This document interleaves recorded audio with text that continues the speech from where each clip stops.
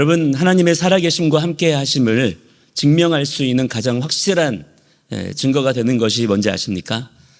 어떤 기적이나 사건 같은 것들을 통해서도 하나님의 살아계심, 위대하심, 함께하심 증명이 또 될 수 있겠지만은 사실은 그런 것들보다도 바로 우리의 존재 자체입니다. 예수님을 주님으로 영접하고 세상과는 정반대의 세계관을 가지고 지금 우리 믿음의 사람들, 성도들이 이 험악한 시대를 꿋꿋이 그렇게 믿음으로 승리하며 돌파하며 살아가고 있다는 것은 그야말로 하나님의 살아계심과 우리 가운데 임재하심을 가장 확실하게 드러내는 증거가 되는 것인 줄을 믿습니다. 지금 이 민수기에 기록된 이 이스라엘 백성의 광야 여정 또한 마찬가지의 그런 내용입니다. 정말 놀라운 일인 거예요. 잘 아시다시피 누구라도 사실은 도무지 죽을 수밖에 없는 땅이 어디입니까? 바로 이 광야 땅이지 않습니까? 그런데 이 광야 땅 위에서 무려 40년을 이스라엘 백성들은 살아남아 있다는 것이죠. 그게 민수기의 기록입니다. 그것도 그냥 간신히 겨우 그냥 연명이나 하는 그런 정도가 아니라는 거예요. 날로 더욱 어떻게 되고 있습니까? 이들이 번성하고 있고 날로 더욱 약해지는 것이 아니라 강해져 가면서 광야에서 말이죠. 심지어 군대의 진영을 구축하고 힘차게 군대의 행진을 하면서 그 광야길을 이들이 걸어가고 있다는 거예요. 헤쳐나가고 있다는 것입니다. 그러니 얼마나 이것이 놀라운 마치 기적과도 같은 삶을 그들이 광야 위에서 그렇게 살아가고 있다는 그러한 하나님의 살아계심과 임재하심을 증명할 수 있는 강력한 증거가 되지 않겠습니까? 자, 그렇다면 여러분, 이처럼 지금 내가 놀라운 그야말로 기적적인 이러한 삶을 날마다 경험하며 살아가고 있어요. 내가 산 증인입니다. 그냥 이 세상에 살아서 내가 이렇게 존재하고 있다는 사실, 그냥 그 자체가 너무 놀라운 기적이에요. 내가 이것을 알아요. 고백해요. 믿어요. 자, 그렇다면 과연 앞으로 내가 어떻게 살아야 되겠습니까? 감사하는 거죠. 찬양하는 것이죠. 날로 더욱 담대해야 될 줄을 믿습니다. 정말 모든 일에 기뻐할 수가 있는 거예요. 그렇지 않겠습니까?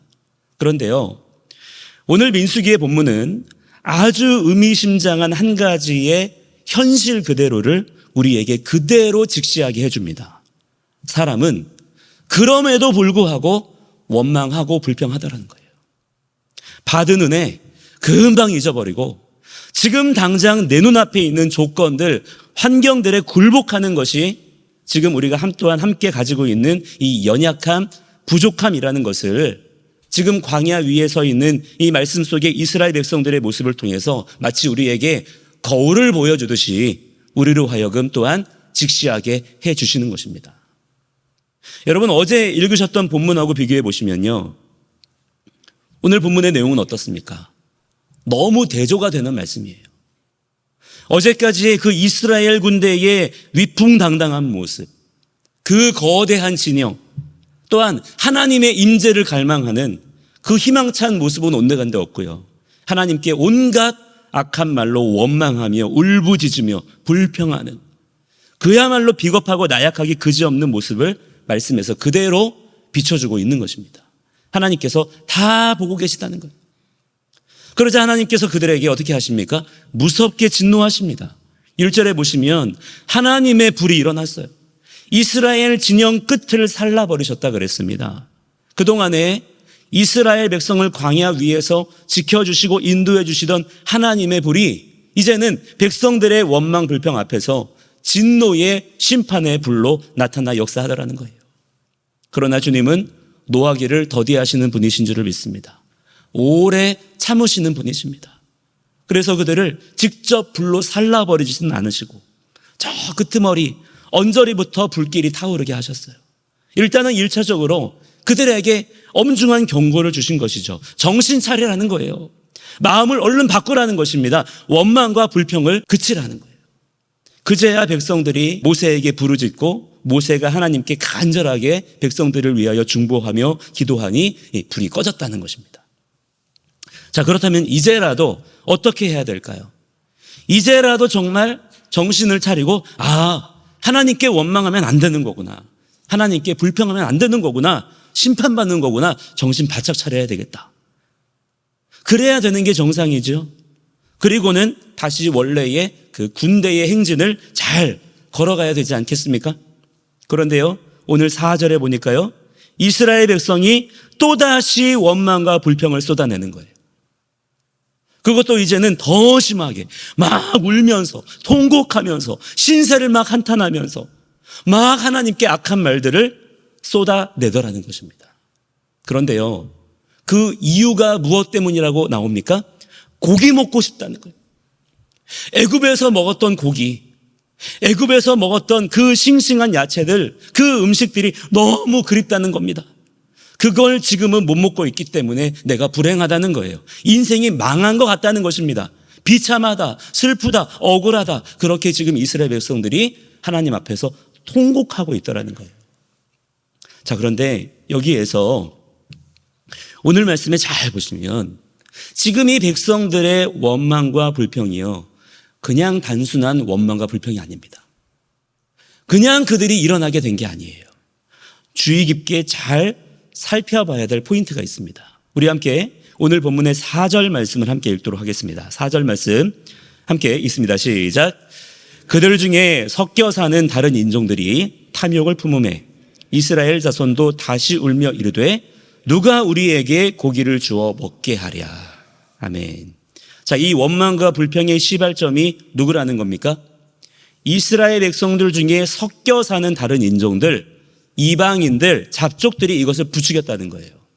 그런데 그들의 마음이 뭐냐? 탐욕이었다는 것이고, 그 탐욕 때문에 이스라엘 백성들이 동요되어서 다시 울기 시작했더라는 것입니다. 그쳤던 울음이 다시 시작되었다는 거예요. 성경 안에는 이 탐욕이라고 하는 것이 구체적으로 무엇에 대한 어떤 탐욕이었는지에 대해서 자세히 나오지 않아요. 그런데 유대의 전승인 미드라시에 보면 참고적으로 이 사건에 대해서 조금 더 자세한 이야기를 해주는 것이 있습니다. 이스라엘 백성들이 애굽에서 나올 때에 순수 히브리인들만 나온 게 아니잖아요. 히브리인들과 함께 수많은 이방 소수민족들이 함께 딸려서 나왔거든요. 그리고 그 이후에도 그들이 가나안 땅에 이르기까지 이 광야 여정을 이스라엘 백성들과 그들이 같이 걸어가고 있는 중인 거예요. 그런데 출애굽할 때 이스라엘 자손 외에는 가축을 가지고 나온 족속들이 없었다는 겁니다. 왜냐하면 애굽에서 일어났던 10번의 재앙들을 이렇게 통과하면서 이스라엘 족속의 가축을 제외하고는 모두 병들어 죽어버렸기 때문인 것이죠. 그래서 오직 이스라엘 백성들만 가축들을 소유하고 나올 수 있었다는 거예요. 자, 그렇다면 왜 하나님께서는 오직 이스라엘 백성들만 가축을 소유할 수 있도록 허락하셨을까요? 그 가축들은 하나님께 예배할 때 사용될 제물들이었기 때문입니다. 그 가축들이 내놓는 버터나 치즈나 우유 등은 광야에서 아주 좋은 보조식량이 되어줄 수 있는 것이었지만 그 가축들은 하나님께 올려드릴 번제의 제물로 준비되었던 거예요. 그래서 이스라엘 백성들이 광야에 나왔을 때 아무리 배가 고파도 가축들을 함부로 잡아먹지는 않았던 것입니다. 하나님께서 정확하게 그 용도를 정해 두셨기 때문인 것이죠. 그렇다면 하나님께서 주신 광야의 음식이 뭡니까? 바로 만나예요. 이스라엘 백성들은 광야에서 하늘에서 내려주신 만나, 즉 하늘의 빵, 생명의 양식을 먹으며 사는 법을 광야 내내 의도적으로 훈련시키시면서 그들을 정결케 하시고 깨끗하게 하시는 것을 우리가 볼 수가 있는 것입니다.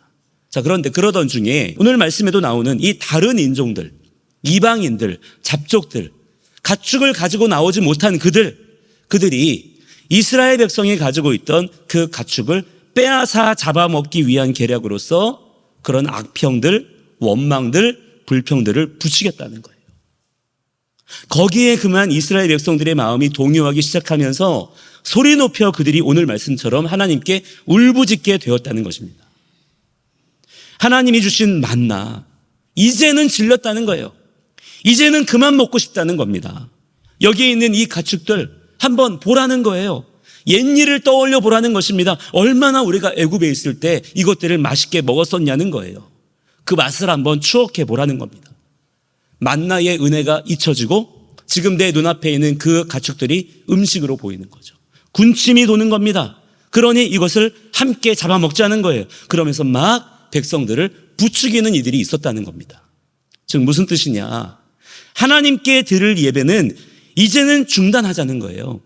예배가 중요한 게 아니지 않냐? 우리가 먼저 살아야 되지 않겠냐? 이제는 좀 우리의 즐거움을 위해 살 때도 되지 않았냐? 우리의 목적을 위해 살아야 되지 않겠냐? 그런 메시지를 주는 이들이 있었다는 거예요. 자, 이것이 얼마나 위험한 메시지가 되는 것이냐면요. 지금 이스라엘 백성들이 광야에 나온 이유가 뭡니까? 하나님께 예배하기 위해서예요. 그리고 지금 이 광야에서 그들이 하고 있는 일이 뭡니까? 훈련받는 것입니다. 가나안 땅으로 들어갈 준비를 하고 있는 거예요. 여러분, 이스라엘 백성이요, 40년 동안을 광야에서 마냥 그냥 걷기만 한 게 아닙니다. 사실은 걷는 시간만 보자면 얼마 안 됐어요. 머무르는 시간이 훨씬 많았거든요. 그러면 대체 그들이 그 광야에 머물러 있는 동안 대체 뭘 했느냐?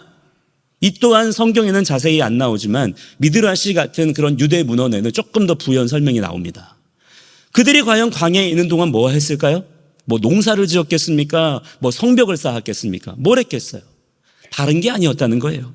오직 십계명의 말씀, 토라의 말씀, 하나님의 율례와 계명을 열심히 암송하면서 말씀 공부했다는 거예요.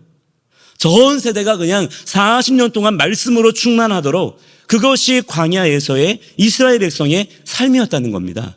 그것을 하나님께서는 이 광야 여정 동안에 이스라엘 백성들에게 명령하셨다는 것이죠. 하나님께서 이스라엘 백성들에게 광야의 음식으로서 만나를 주신 것도 바로 이것을 위해서였다고 유대인들은 자기들의 역사에 그렇게 기록을 하고 있어요.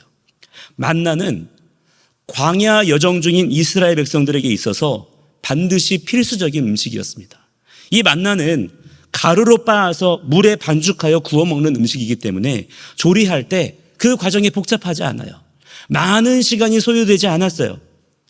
그래서 이스라엘 백성들은 먹는데 너무 많은 시간을 빼앗기지 않을 수 있었고 하루 종일 충분한 시간 동안 하나님의 말씀을 머물러 공부할 수가 있었다는 겁니다. 하나님께서 광야 여정의 40년 여정 동안 의복과 신발이 해지지 않고 매일마다 날마다 필요한 만큼의 만나를 그렇게 하늘에서 허락해 주신 이유는 먹고 사는 문제에서 자유롭게 하시는 거예요. 그래서 이로 말미암아 나머지 모든 시간들은 오직 하나님의 토라 공부, 말씀 공부에 전념할 수 있도록 하시기 위한 하나님의 놀라우신 은혜와 긍휼이었다는 것입니다. 그만큼 이 광야의 여정을 완성하는 데 있어서 중요한 것은 바로 이 만나라는 하나님께서 주신 은혜의 음식으로 배부르고 만족하며 사는 거예요. 그런데 오늘 본문의 이러한 이방 족속들의 요구가 결국 무슨 의미가 됩니까? 이스라엘 백성들이 토라를 공부할 수 있는 시간을 빼앗으려고 하는 거예요. 만나는 버리라는 겁니다. 이제는 고기를 먹자는 거예요. 그와 동시에 하나님께 드려야 될 예배의 제물을 우리 스스로의 정욕을 위해서 먹어 치워버리자는 겁니다. 그러니까 이것이 얼마나 심각하고 무서운 영적 미혹이 되겠습니까? 이 음식 문제 하나만 가지고도 이스라엘 전체가 광야에서 무너질 수 있는 그런 위기가 지금 닥쳐있는 그런 상황이 되는 거예요. 자, 이 내용을 오늘의 우리 각자에게 한번 적용을 해보자면요. 이 이방 족속들은 바로 우리의 여전히 남아있는 옛 자아와 육신의 정욕이라고 할 수가 있어요. 우리가 예수 믿고 나서 하나님의 자녀가 되었습니다마는 여전히 뭐가 있습니까? 우리 안에 남아있는 옛 자아와 육신의 정욕이 있지 않습니까? 이것들은 계속해서 매일마다 매 순간마다 오늘 본문의 이 족속들처럼 이와 같은 요구들을 나 자신에게 끊임없이 해와요. 야, 기도하지 말자. 예배드리지 말자. 차라리 이 시간에 야, 이거 하자. 이거 하면 더 좋지 않겠냐. 저거 하면 더 낫지 않겠냐. 그러면서 말씀대로 살고 순종하며 살고 충성하고 기도하고 예배하고 하는 것들에 대해서 온갖 원망, 불평과 나약한 이야기들을 해대는 것입니다. 여기에 우리 마음이 흔들리고 넘어질 때가 많이 있다는 거예요. 자, 공동체적으로도 한번 적용을 해볼까요? 조금 더 와닿을 수 있도록 지금 우리의 현실 속으로 적용을 해보자면 지금 이렇게 우리 교회가 다음 세대의 온전한 부흥과 회복의 때를 기다리면서 뭐 하고 있습니까? 전 세대 통합 예배와 쉐마 하야 캠프라고 하는 이러한 광야길을 또한 걷고 있는 거예요. 하나님이 허락하신 광야인 줄을 믿습니다. 이 광야를 잘 통과하면요, 우리는 반드시 하나님께서 예비해 두신 부흥을 경험하게 될 거예요. 열매 맺게 될 줄로 여러분 소망 가운데 믿으시기 바랍니다. 그래서 이 광야의 음식으로서 우리 교회 안에 말씀 암송을 주셨다고도 그렇게 적용해 볼 수가 있을 것 같아요. 마치 만나와 같은 것이죠. 그런데 어떻습니까? 계속해서 우리 안에 있는 옛 자아와 육신의 정욕은요, 옛날을 추억하게 만드는 거예요. 옛날의 경험들, 옛날의 추억들, 옛날에 했던 교회학교 활동들, 행사들, 이벤트들, 아, 그때가 좋았지, 그때가 행복했지. 그러면요, 지금의 이 하나님이 허락하신 광야가 불평거리가 됩니다. 원망거리가 되는 거예요. 하나님께서 놀라운 선물을 우리에게 주셨는데 하나도 그것이 선물 같지가 않은 겁니다. 우리 교회는 왜 교회학교가 없어? 애들이 재미없을 것 같아. 망할 거야. 애들이 안 나올 거야. 없어질 거야. 힘들어. 어려워. 이런 생각들이 실제로 지금 우리 안에 여전히 남아있어요. 우리의 발목을 잡고 있단 말입니다. 그래서 못하겠다고, 힘들다고, 어렵다고 울면서 원망하고 불평하는 분들이 안타깝게도 우리 교회 공동체 가운데 여전히 그 마음이 남아있어요. 이런 생각들이 우리의 부흥의 발목을 잡고 있는 것입니다. 그러니까 여러분, 이게요, 우리 개인의 삶뿐만 아니라 전 공동체적으로도 뭡니까? 여전히 지금도 역사하고 있는 원수의 반복적인 패턴인 거예요. 원수는요, 자꾸만 옛날을 돌아보게 하고요, 세상을 추억하게 만듭니다. 받은 복을 세어보지 못하게 하는 거예요. 그냥 내 지금 부족한 게 뭔가, 지금 내가 당장 누리지 못하는 게 뭔가, 그런 것들만 생각나게 하는 것입니다. 그게 한결같은 마귀의 방식이에요. 우리가 이러한 원수의 계략에 더 이상 휘둘리거나 속아 넘어가면 안 될 줄을 믿습니다. 오히려 이런 식의 마귀의 반복적인 계략을 우리는 말씀을 통해서 정확하게 간파하는 자들이 돼야 돼요. 옛부대를 찢어야 될 줄 믿습니다. 우리 안에 여전히 남아있는, 그래서 나의 발목을 잡고 있는 내 안에 그 이방 잡족들, 나의 옛 자아와 육신의 정욕에 말해 여러분 휘둘리지 마시고 오직 우리는 성령의 음성에만 귀 기울이는 주님의 신실한 종들이 되셔야 된다는 점을 여러분 분명히 믿으시고 결단하시기를 바랍니다. 이 이야기가 어느 정도까지 흘러가냐면 오늘 이 위대한 지도자 모세가 자기가 죽어버리겠다는 거예요. 그 정도로 우리를 곤고하게 만드는 것이 이 우리 안에 있는 옛 자아와 육신의 정욕의 음성이더라는 것입니다. 우리 함께 이 시간에 간절한 마음으로 기도할 때 하나님, 주님의 십자가를 붙잡습니다. 내 안에 있는 여전히 남아있는 내 옛 자아와 육신의 정욕을 십자가에 단단히 못 박습니다. 주님이 역사하여 주셔서 더 이상 내가 세상을 추억하는 자들이 아니라 오늘도 나에게 말씀하시는 성령의 음성을 따라갈 수 있는 복된 삶의 발걸음이 있게 하여 주시옵소서. 나 자신뿐만 아니라 우리 모든 공동체가 믿음의 걸음을 함께 걸어가며 넉넉히 승리하는 자들이 되게 하여 주시옵소서라고 우리 함께 간절한 마음으로 주여 많이 부르시고 함께 기도하며 나아갑니다. 주여, 주여.